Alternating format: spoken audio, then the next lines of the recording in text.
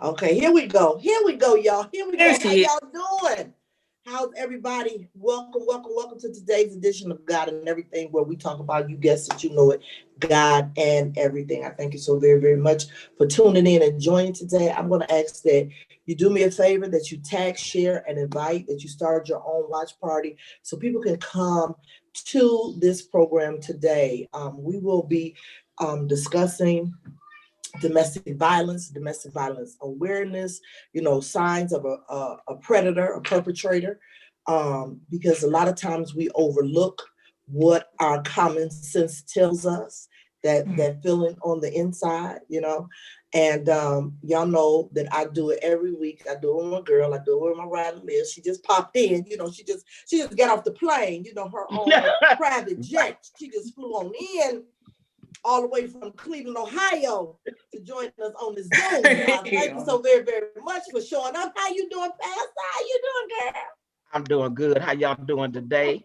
It's a beautiful day in the neighborhood. As Yes, Miss it Rogers is. would say, yes, we are Yes, it is. survivors. I think every one of Yes. us on here, we can't say nothing else. We're gonna talk about what we've been through, but we can all agree that we are survivors. Yes, thank God. Thank Right. God, thank God. Yeah. And last week, you guys, if you guys tuned in with us, we had our very, very special guest, Apostle Dr. Cheryl Richardson. She's here with us again on today because it was just so much going on, and it seemed like the time just went so quickly. So we are going to just dive right in it. I just got a couple things to say, and then we're gonna dive right into it today.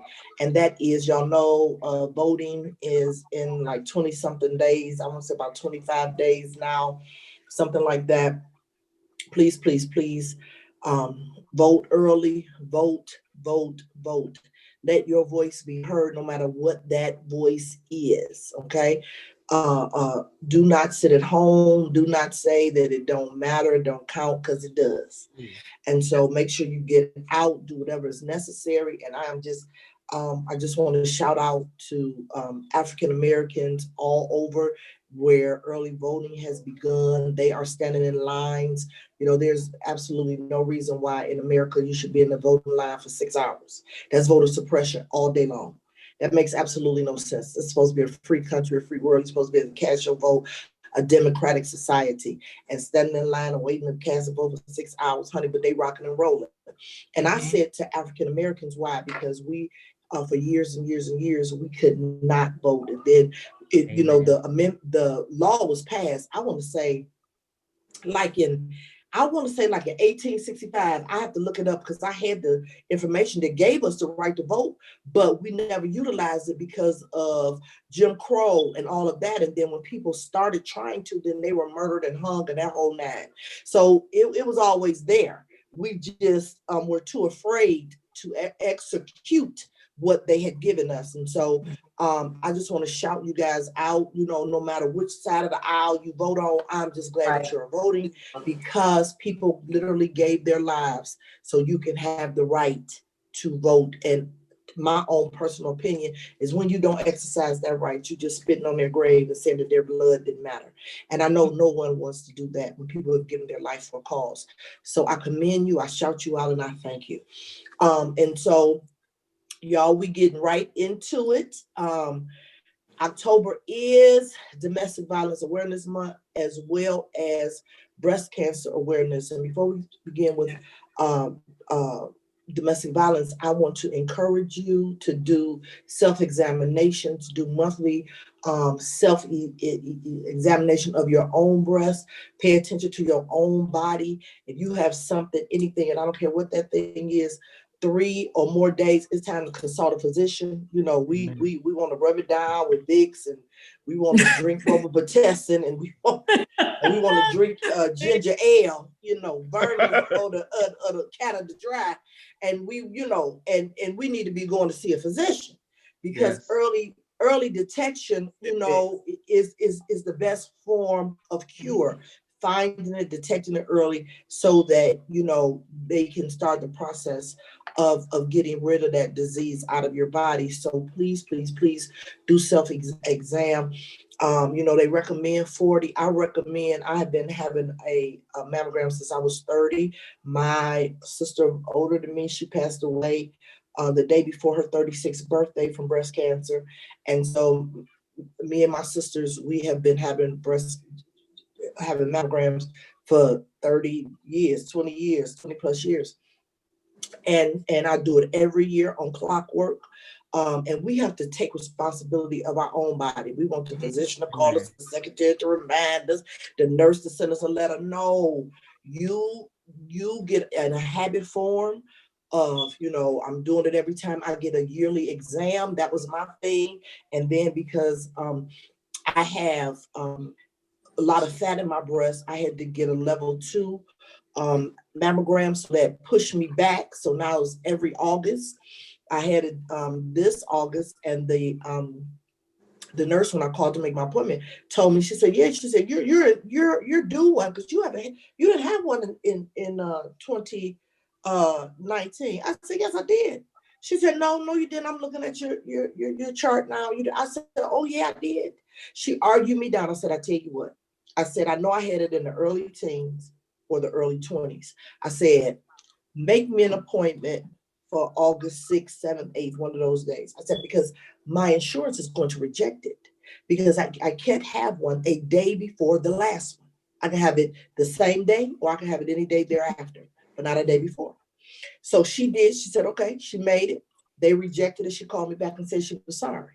Because I know what I had. Now, they had to find wherever they put Rosalyn Atkinson's report, but I knew that I had a mammogram, because I don't play with mammograms. I don't play with pap smears. I don't play with those things, because those things can kill you in a very quick way in a short amount of time. So we go get that done. So I want to encourage everyone that's listening now, that will be listening to the replay. Please, please, please. I'm talking about to talk to your doctor. Start talking to your doctor at 30 about it, making sure that you're paying attention to your body, because we want you alive on the earth so you can fulfill purpose. Okay. All right. So you guys know that October is also Domestic Violence Awareness Month, and we have the very distinguished guest, and this woman of God has dedicated her life to the cause. Okay. She is a therapist. She's a overseer, visionary. She is an apostle. She is the doctors, all of that, all balled into one. And she is a woman of God with a heart, and she has passion for the cause. And the thing about Jesus is that his passion drove him. Y'all would ask somebody. His passion drove him to the cross. Absolutely did. And so when you are passionate about something, you will sacrifice your entire life for that cause. And so we thank God for her. And one of the things that I want us to discuss that we didn't get a chance to talk about last week is, how can you identify a predator? A perpetrator. What I have discovered, Apostle, is women, like, okay, so you start dating a guy, right? And then the ex-girlfriend crawl up into your DM or your inbox, and she started telling you stuff about him, but you begin to say, oh, she just jealous. Oh, she just hate. And she trying to tell you he kicked her down a flight of steps. But you ignore that. But you also see the anger. You also see the characteristic traits on him, but instead of paying attention, we have a tendency to turn away, and then we become the next victim. One of my Facebook friends today posted a picture of a man that she dated, she said, back in 2016, and they broke up. This man just strangled a woman in the last couple of days and killed her because she broke up with him.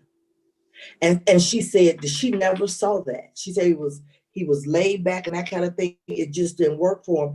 And she had a, and he does. He just looked like a regular, nice, laid back Joe, kind and respectful and all of that. And this man just choked the life out of a woman. So what give us some pointers, some clues, some cues.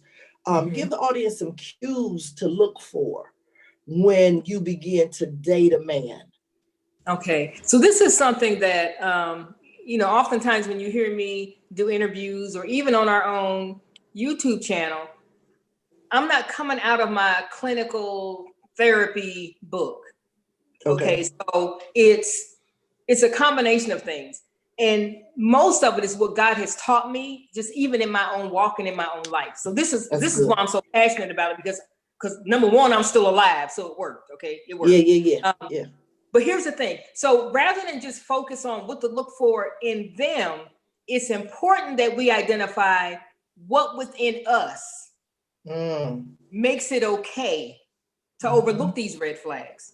What is it about us that excuses things that are really inexcusable, right? And so one of the things that I've learned from my own life is this. Say you have a relationship and that relationship ends. Maybe you're communicative and you like to talk and share, and maybe they're sullen and quiet and withdrawn and don't like other humans, okay? So that relationship didn't work. So you move on to the next relationship. There's a tendency for us to focus on and have our radar tuned to that one thing that we think, had it been present in that last relationship, it would have been okay. So now, using the same example that I've already given, right? So now what I'm looking for is someone who's not withdrawn and shy and quiet and cranky. I'm now drawn and looking for someone that's outgoing and charismatic and has friends. And hey, if he has a profession, that's even better. And if he's got this nice car, that's even better. If he's financially stable, it's even better. But he talks to me, right? He talks to me, we laugh, we have fun. I'm not paying attention to the fact that there's a ski mask hanging out his back pocket because he robbed the bank. I'm not paying attention to the fact that he don't get along with his own mother. I'm not paying attention to how he treats the waitress when we go out to eat. I'm not paying attention to this. I'm not paying attention to the fact that although he appears to have all these friends, he really doesn't have any friends, because I am so enamored with the fact that he is talking to me. He's talking to me, right? And that's what I was scarred for in that previous relationship. And that's what I focus on. And so there's a tendency for us to focus on that one thing that we think, if we had only been able to do that, that relationship could have worked. And we ignore everything else.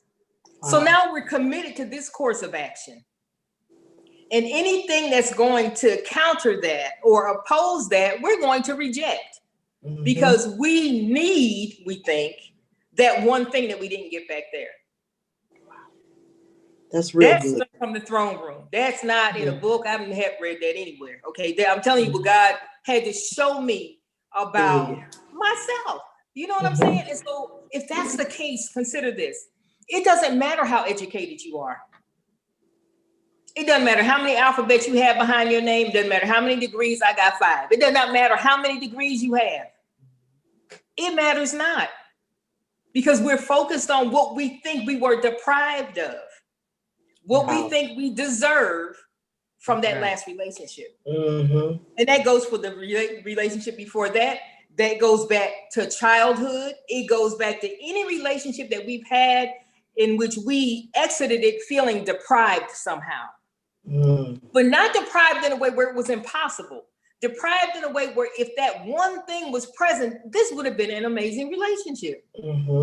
So that's where it starts. And if we're not able to identify what that is we feel that we starved for and be honest about it, then we won't know what to look for moving forward. And anything that they do that threatens that vision now that we have in our head, that fairy tale that we have in our head, we reject it. So when the ex calls and says, well, he did this to me, he did that to me, no, you lying. And then you probably gonna tell him she called. Okay, so now she in danger again, all over again now, because she said something to you. Right. So many times survivors are caught in this conundrum where, you want to tell, but you think they're not going to believe you. And the risk that you're taking is you're going to bring fire back upon yourself. If you even say anything, and it'll be to no avail because she's not going to listen. Mm-hmm. Now, why won't she listen? That's a whole nother conversation. Why won't she listen? Mm-hmm. For the same reason that you didn't listen. Yeah, same reason. Because what she's saying is what she lacked in the last relationship. That's what she's saying. Mm-hmm. Mm-hmm. Okay. And so when we, as you know, as women, like for myself, I knew as a young girl, as much as I loved my father and as much as he was my hero, I knew that I did not want my father as a mate because I watched the way he interacted with my mother and I absolutely hated it. Right? Mm-hmm. So I called myself looking for everything that was opposite who my father was. Mm-hmm. Right? Mm-hmm. But I ended up getting my father times 1 million. But I'm gonna tell you something. My father was a quiet man. My mother was the outgoing one. Mm-hmm. Right?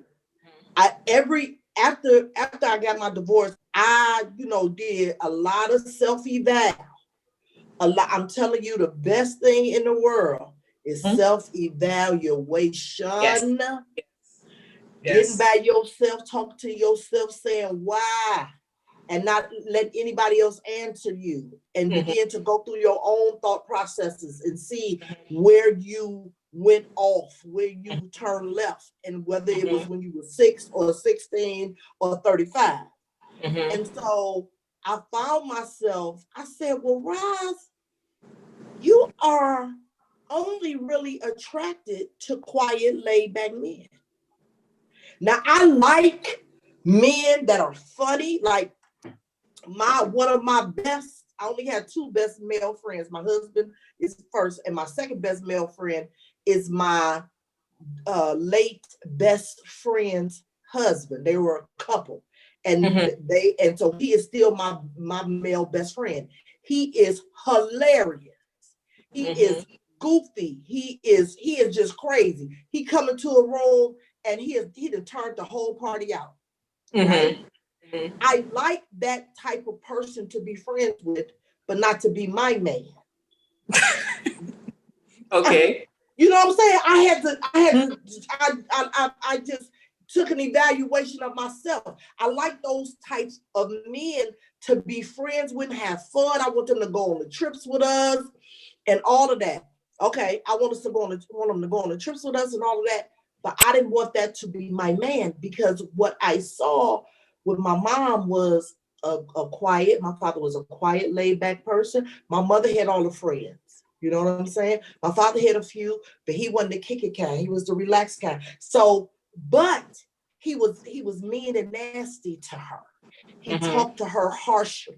So I wanted quiet, laid back, but I wanted somebody that would be tender towards me. Mm-hmm.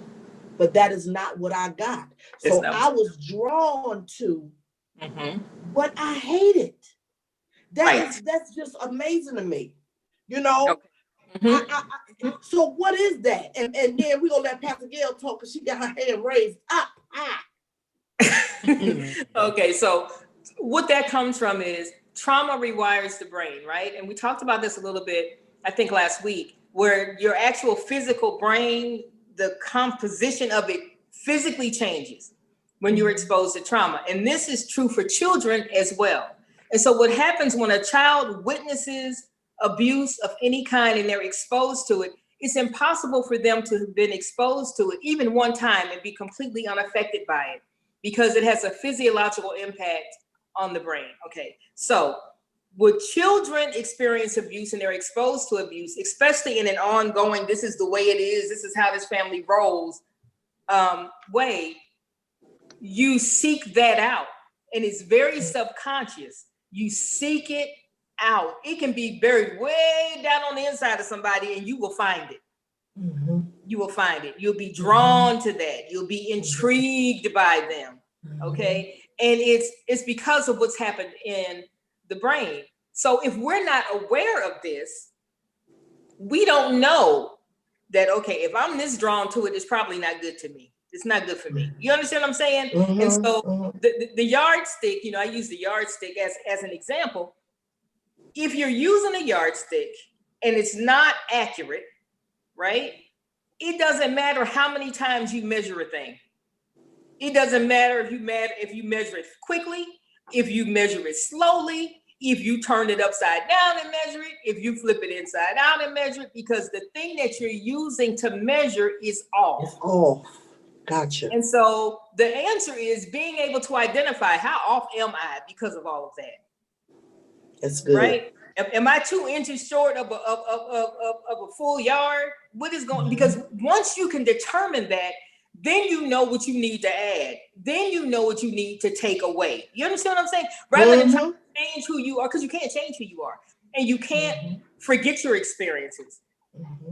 And you live through what you live through, and you survive through what you survive through. But if you can determine how off your yardstick is, then you know what to look for.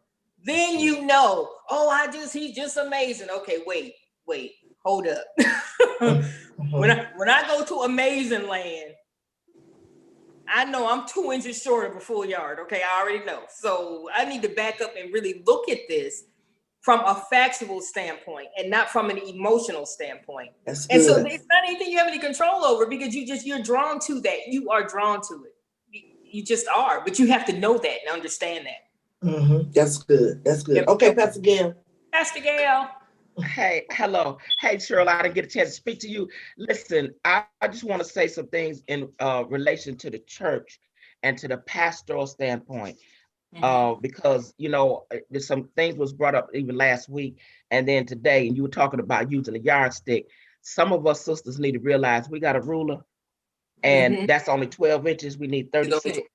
Right. So I have to go get it. One friend got 12, another friend got 12, But now what I want to say is the church's responsibility in this domestic violence thing. First of all, we, and especially, most of my experiences have been the Pentecostal church, okay, the tongue talking, shouting and all of that. And that gives itself to giddiness. And we need to become sober. We got to become more sober-minded. First thing we need to do is we need to define domestic. When I thought about domestic and I looked it up, it means relating to the home or to family relations. And so in the church, there's no sense of us trying to act like the church does not have a responsibility for preparing us for all phases of life. We may not can train in all phases of life, but we certainly should put people in the pathway of training or incite them or excite them about learning how to operate on all planes of life. And put them in where our deficiency is. We need to lead them where they can become proficient at it. So if the pastor cannot tell the brethren how to be husbands, then bring in somebody who is an expert, or to bring in or go and try to learn, because that's the problem. You're promoting Joe Blow because he's a good orator. He gets up, he can lead the service, he can testify, he can, he can speak in tongues, he can lay hands, fall out. And so then, because we got so many desperate and hungry women in the church, because the church didn't tell nobody, they, at one point they weren't telling you, you could get a career, you could buy your own house, you could travel. They weren't telling people that. So now you got them thinking that their whole worth settles in getting married. And so what they're gonna look at, but they're gonna look at who you keep throwing in front of them is Joe Blow. But you have not examined Joe Blow on a domestic side. How is he in relationship to a family? Look at his background. Even before we promote people like elders and people, we need to look at their background. Why do you have people vying for positions and folks want to fight in the board meeting? Because this is how they was raised. So the church has a responsibility, because this is what I know I was looking for out of the church. I know that other women, we're looking for the church really to give us permission. It give us, this is a good dude. This is who, because they have spoken in all these other areas of our life. They told us stop sleeping around. stop smoking, stop chewing, and don't run with them to do. Okay. They said all this. They told us how to pay our tithes, therefore, and then pay your bills. We're looking for the church for permission, and we're looking to the church for support after they give that permission, and we're looking for the church to sanctify that relationship or to certify it.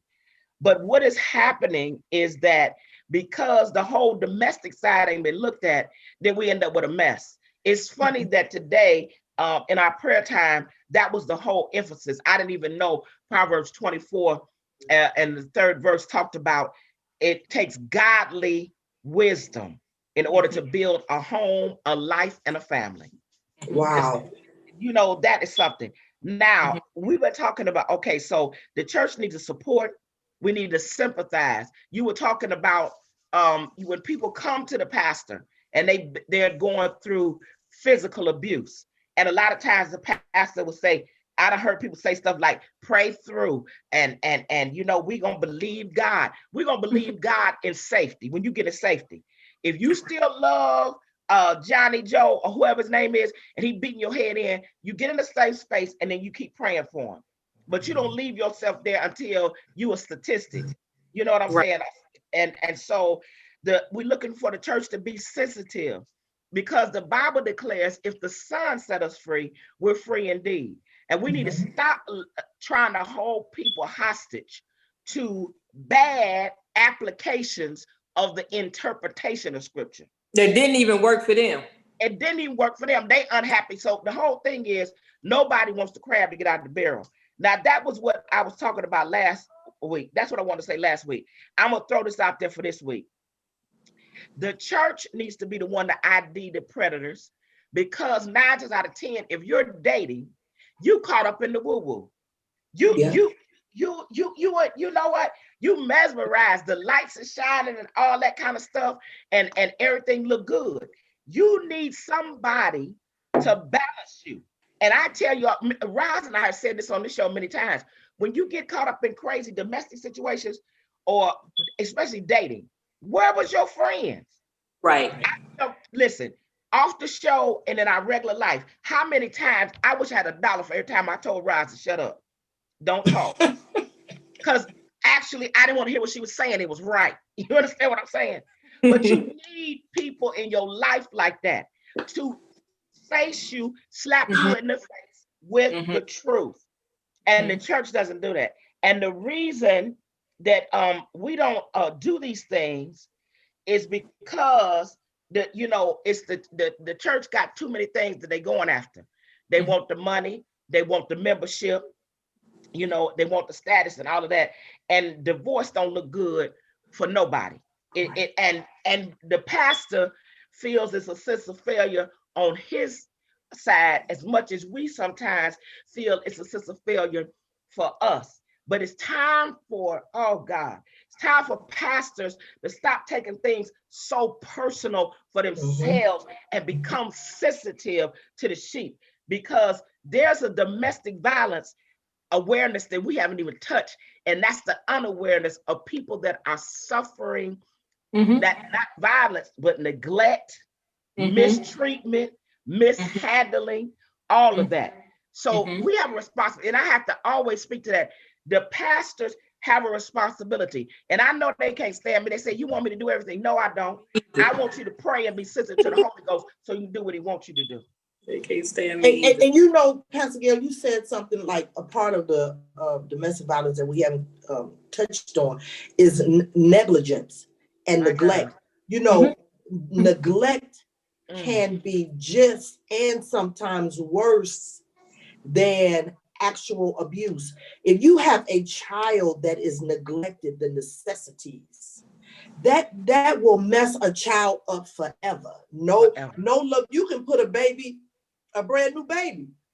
Yes. One that's getting all this love and skin contact with the mom, and you could throw another one over in the crib. All them crack babies. That's what we see right now. The reason why Pookie can shoot Ray Ray and then go to McDonald's and get a 4x4 is because 9 times out of 10, Pookie was a crack baby, or mama was on crack and left Pookie with grandma, right? Who raised mama, Now, grandma, she put it in mama. I'm telling y'all, God had to tell me this. I was begging for an answer.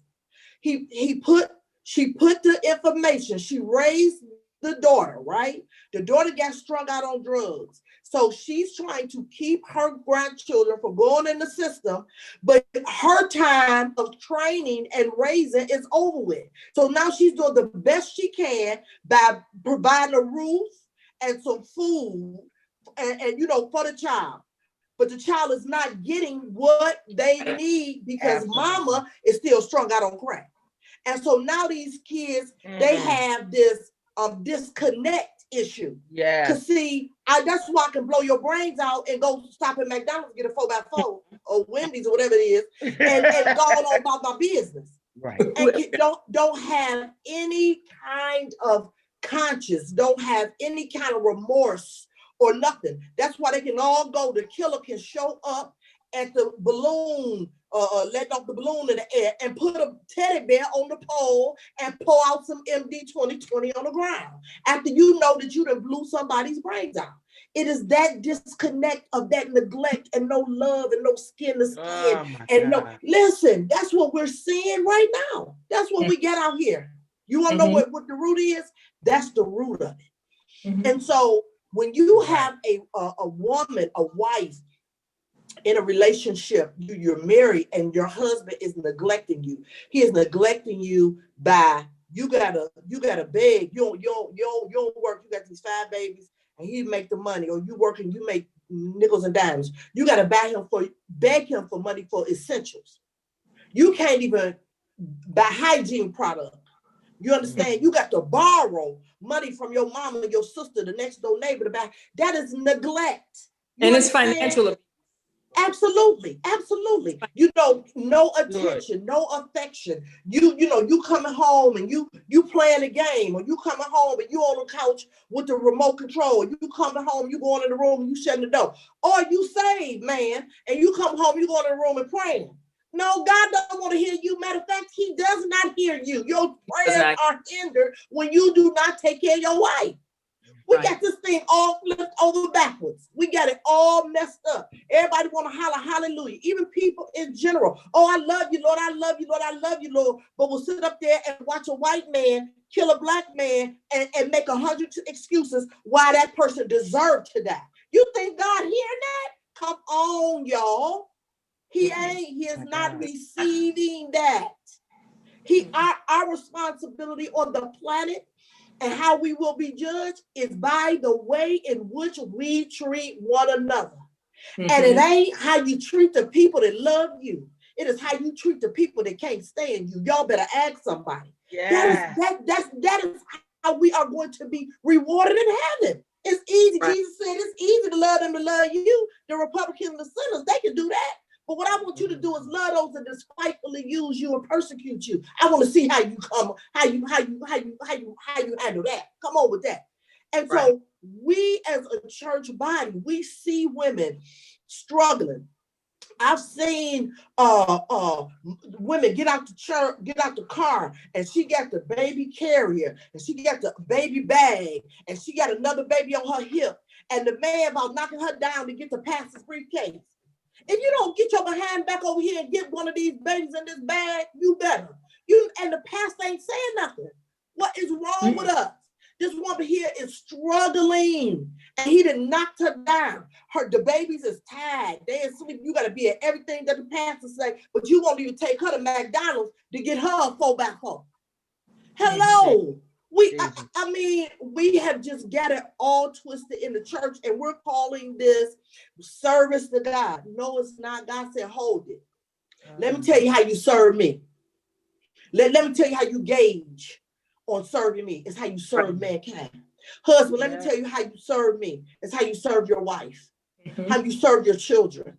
Right. Wife, how you serve I'm talking about we servants to each other. Not just, I'm submitted to you and you just doing whatever you want to do. We didn't bought into this foolishness far too long. That's why a lot of women in church are intimidated with spouses, especially if they get in a position, in the church. I had about an 8-9 day conversation with a woman about 2 years ago, she contacted me on social media, and her and his husband, she, felt like she was anointed to do ministry, and the pastor was dogging her, and the husband was dogging her too. And he giving all his money to the church, and she's sitting in the dark. Let me tell you, I be in the offering plate getting my $99 going to pay Cleveland Public Power. What is we doing?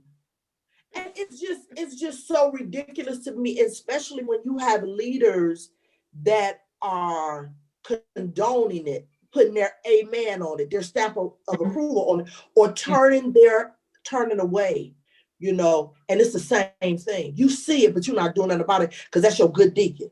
That's your good elder.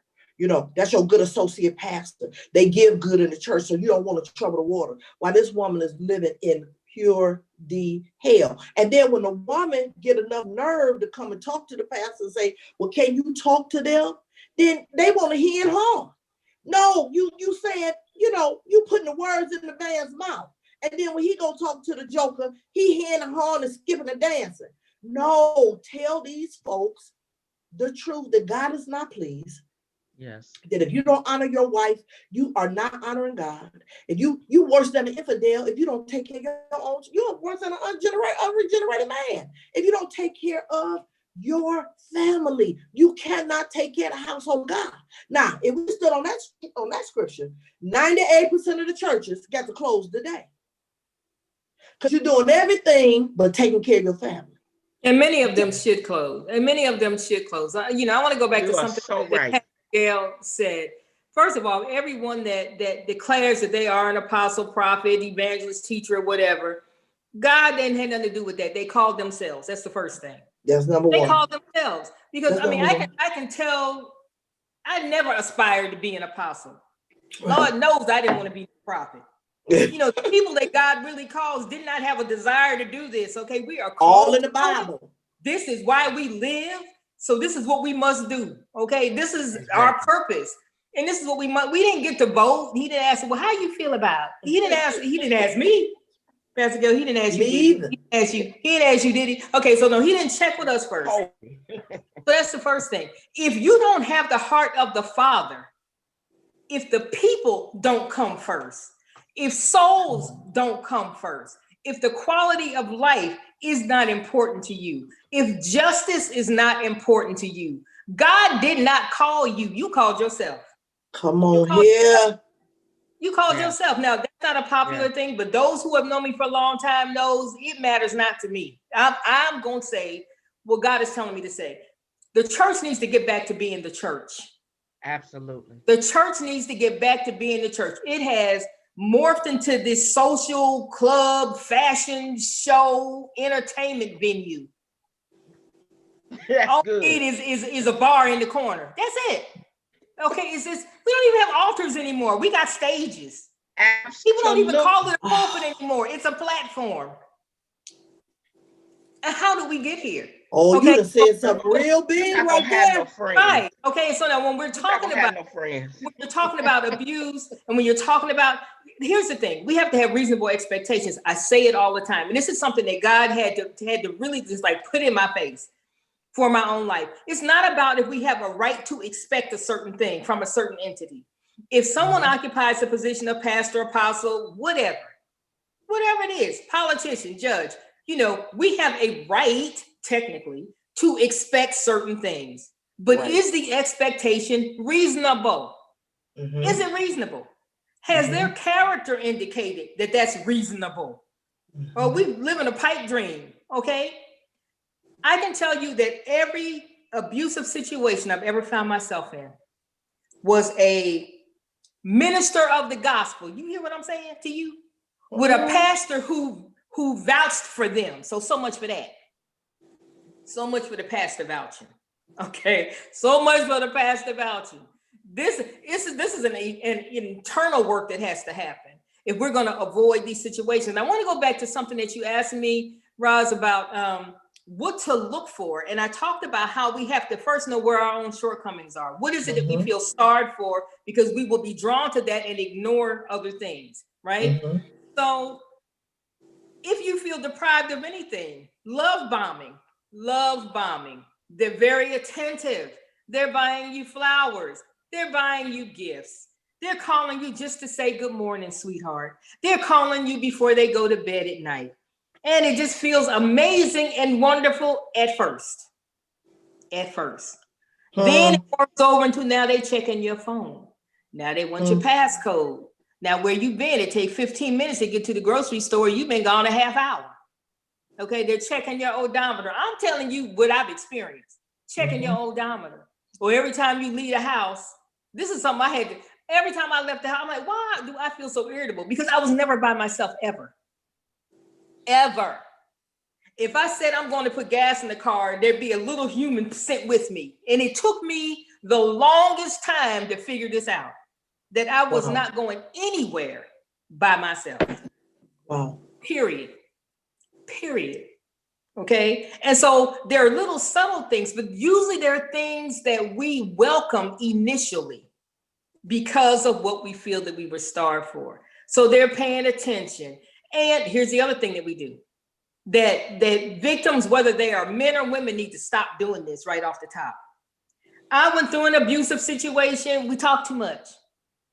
And this is what they did to me. And this is how it made me feel. I don't even know if I can trust this joker. Why am I sharing all of my weaknesses off the top? Yep. So then they know what to say, right? Yep. Then they know what to say. That's will never do that to you. I will never do that to you. And so it's doubly devastating when down the road they do it to you. Why? Because you shared your heart with them and they promised you. But what you didn't understand is it was a lying wonder making promises. That's what you didn't know. And so going back to what Pastor Gail said, coming out of that woo, coming out all of that emotion, and be sober-minded, step back and look at it. Yeah. Are they consistent? Do they do what they're supposed to do? Do you have to remind them? You said you was gonna call me. Okay, let me tell y'all something. There's a couple of things, right? That if I have to remind you, it's a wrap right then. It's a wrap right then. Because I shouldn't have to remind you. Said you was gonna do X, Y, and Z. You said. Why am I being put in a position where I'm now pursuing you? You understand what I'm saying? And yes. We overlook. Well, I'm gonna call you tomorrow and we gonna talk, and I really like talking to you. And then they don't call. So then what do? You call. Yeah. Let's look at this spiritually. Now you putting seed in the ground. They haven't planted anything but a lie. So where we invest our energy and our focus and our hope, okay, you find yourself going down this rabbit hole. Like Alice in Wonderland, you just dropped off down into this hole. And there's no coming out of that thing easily. Because after a while, now you've invested so much, right? And don't mess around and put it on social media. Don't do that, because now you're going to continue to walk in this lie because you're embarrassed. Yeah. Yeah. So the sooner that we can recognize that overwhelming love bombing, if you feel like you're being swept off your feet, that's not good.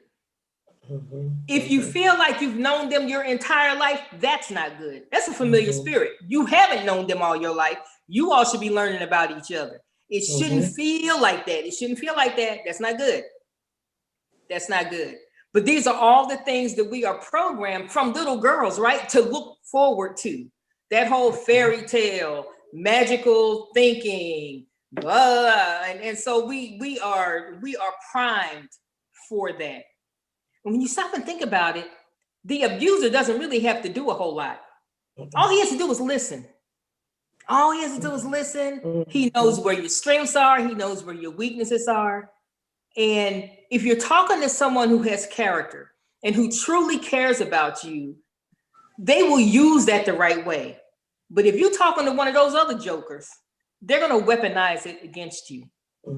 Okay, they're going to weaponize it against you, and they're going to start working on you and start grinding you down.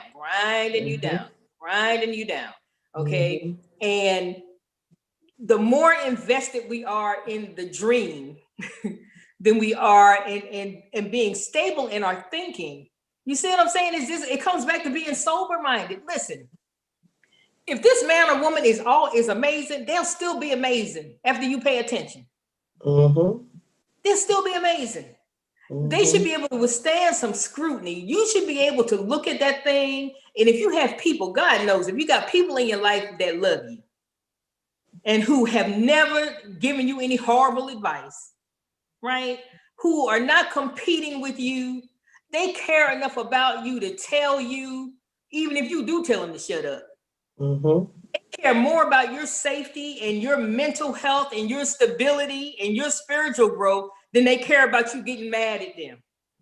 This is what I tell people, you be all right, because I'm gonna just don't mess around and ask me. Don't ask me what I see. Don't do that. Because you probably won't talk to me for a whole week. I'm gonna love you right on, you know. I had a friend come to me years ago and say, I'm getting married, and I'm dead. God just began to show me. I didn't even know this woman he was talking about. And I'm like, you sure you want to do that? Oh yeah, she's amazing, and she's this and she's that. So he shared this with another friend, a bishop, and the bishop said, you sure you want to do that? We both said the same thing. So I just got on my face. I'm like, God, this man, he is too good of a man. Mm-hmm. He is too good of a man to walk into this meat grinder that I'm seeing in the realm of the spirit. That's going to be a hot mess. Mm-hmm. And he ended up calling it off because it was about his money. It was about his money. And come to find out they had a gambling problem. You understand what I'm saying? So if you have somebody in your life, I'm telling you, God will position somebody to say something to you. That's right. And this is what I'm saying. If that is the one, and that is who you're supposed to spend the rest of your life with, they can withstand the examination and they will come out okay. That's good. If I'm afraid to examine it, that's a huge red flag, because that means that on some level, I already know something's not right here. Mm-hmm. I already know something's not right. Mm-hmm. I'm afraid. That's excellent. That's excellent. They will be there. You know, when I had introduced my current husband to my pastors and all of that, and we began to go through marital counseling. You know, my first lady, who has been in my life since I was 16 years old, because I got saved because of her sister. So their family has just been my family. Okay. Mm-hmm.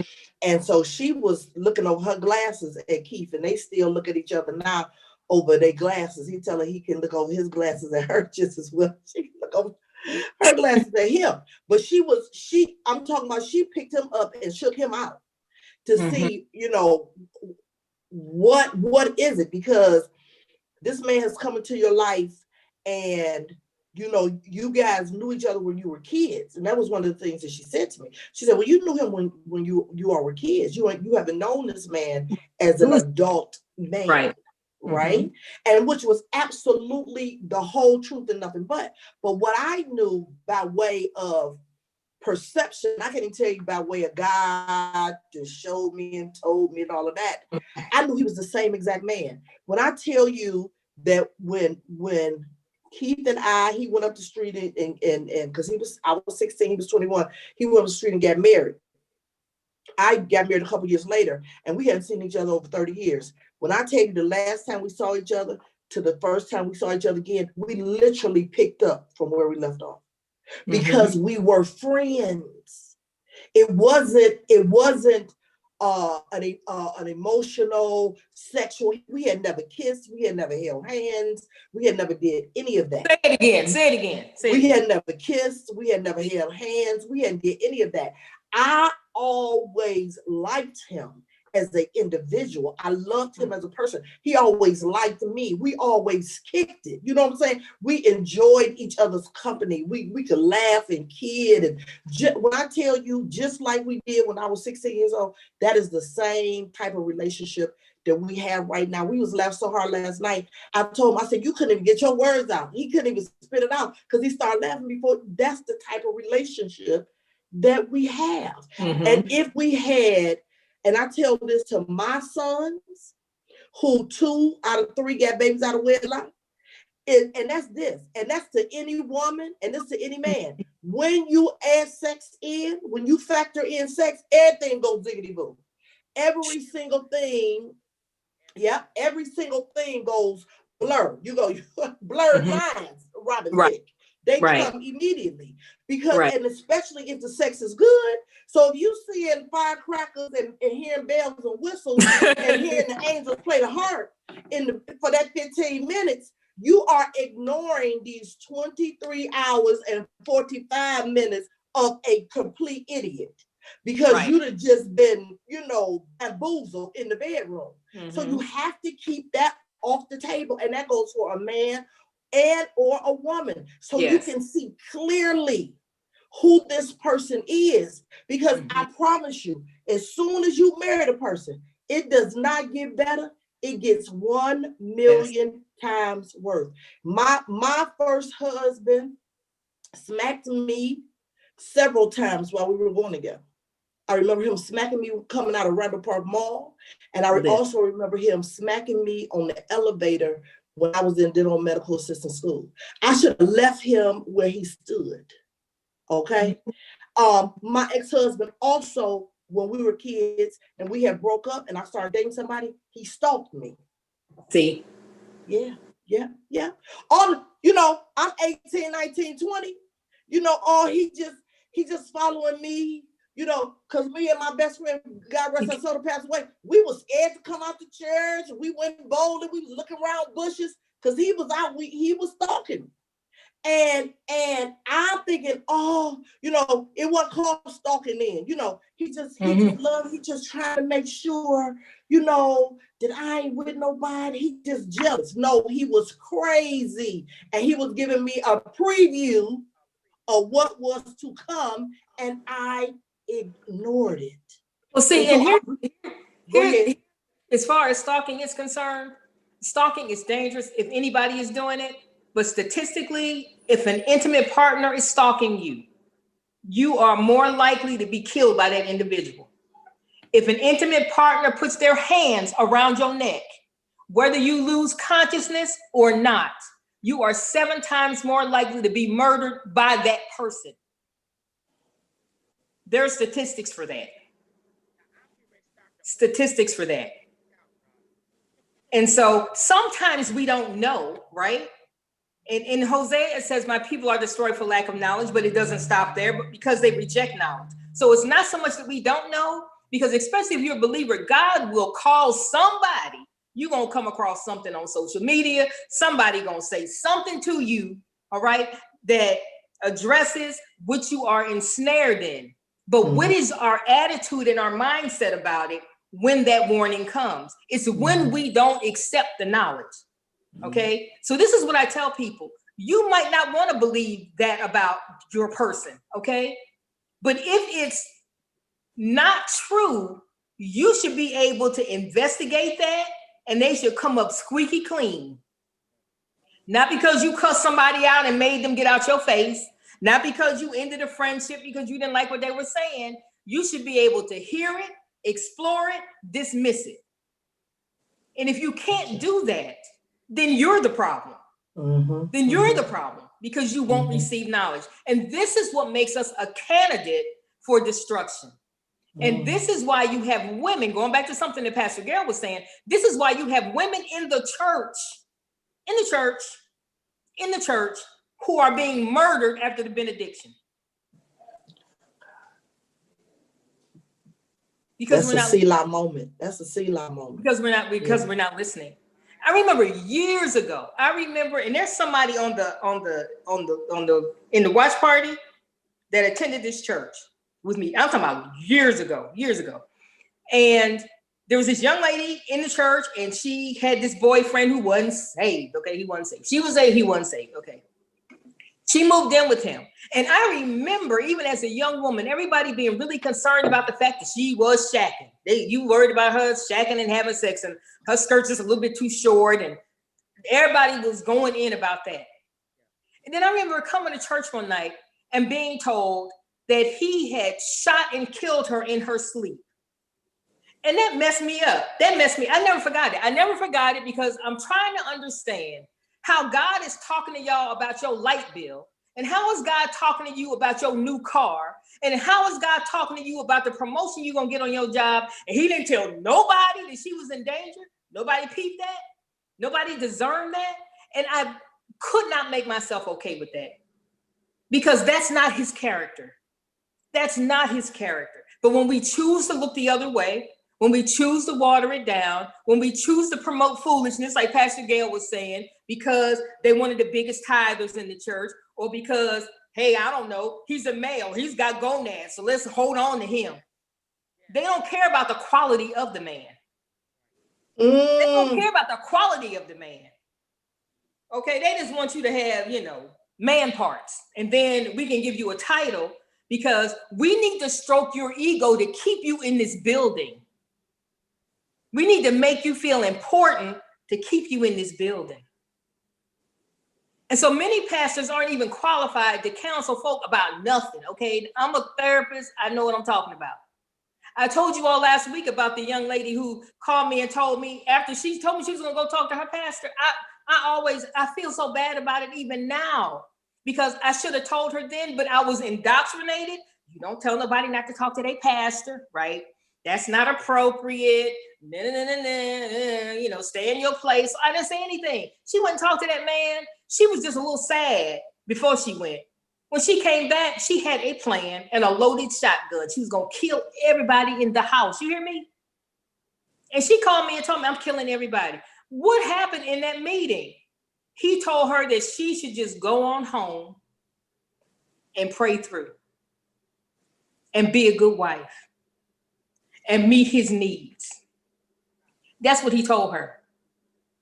And I had to go to her house and talk her into handing me a loaded shotgun. And I'm looking back, I'm thinking, I don't know what I was thinking. Okay, but give me, like, what? And I remember I came home and my kids were like, why do you have a shotgun? Like, but and she said, well, I have to kill the kid. And she loved her baby. She loved her children. But in her mind now, messed up after that conversation, already being victimized and humiliated. This man was cheating and he wasn't even being discreet. You hear me? Everybody knew who this woman was. He was being seen in public with her and his wife home with the babies. Okay, so she was humiliated, and that man told her to go home and pray through. Work on being a better wife. What are you doing that makes him so unhappy? If he was getting what he needed at home, he wouldn't be doing that. And she was going to kill her children that I know she loved, because she felt like wasn't going to be nobody left to take care of them. You hear me? Yeah. And this is after she talked to her pastor. So a reasonable expectation would be you should be able to talk to your pastor. I'm saying it. People going to get mad. It matters not. The fact that they called, first of all, who called them? Let's just start there. Who called them? If they can't see for you, if they cannot discern for you, you are in a dangerous place. You need to get out of there. If they can't see you, they can't cover you. If God is not talking to them about you and about how to keep you safe and about how to grow you up, okay, you're in a dangerous position. You're in a very dangerous position. It's so important to be where we're supposed to be. Not because we all grew up in the sandbox together, not because, I've known you since grade school. That doesn't make any difference. Can God speak to you concerning me? Can you hear from God concerning me? And that is so important. And if you're in a situation and you are going through this hell and can't nobody see it, you're in the wrong place. I absolutely 100% agree. It just seemed like this hour is about 33 seconds. I need to know about your schedule for next Thursday. I can't, because it's just so many layers. And the more we tell you, see Pastor Gail shaking her head, it's just unfolded and going deeper and deeper and deeper. And if you are available, we will be right back here on next Thursday, y'all. So you tune in, share this, start a watch party. She said it is. So the doctor will be back in the house at 5:00 p.m. on next Thursday, Eastern Standard Time, which is the 22nd, I believe, of October. I need y'all to be here. I need y'all to tell your friends, share this, because if you have not gone through domestic violence, I guarantee you know somebody. The Bible says, not the Bible, statistics says, well, so use the Bible, 1 in 4 women. Yes. And I always count when I'm in a room full of women. every 1 in 4. So if it's 4 women, if it was a fourth woman on here, one of us would have been statistically abused. At least one. At least minimum one. Okay. So I want to thank you guys for tuning in. Our time is over today. Please share the live.